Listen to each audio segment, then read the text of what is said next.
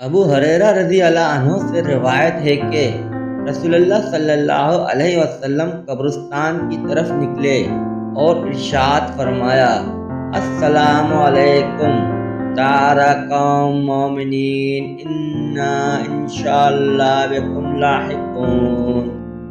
حضرت ابو حازم سے روایت ہے کہ میں حضرت ابو ہریرہ رضی اللہ عنہ کے پیچھے کھڑا تھا اور وہ نماز کے لیے وضو کر رہے تھے۔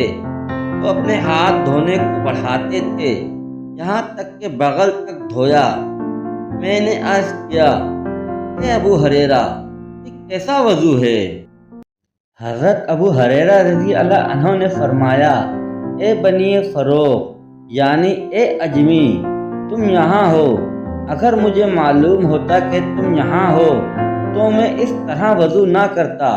میں نے اپنے خلیل صلی اللہ علیہ وسلم سے سنا، آپ صلی اللہ علیہ وسلم فرماتے تھے، قیامت کے دن مومن کا زیور وہاں تک پہنچے گا جہاں تک وضو کا اثر پہنچے گا۔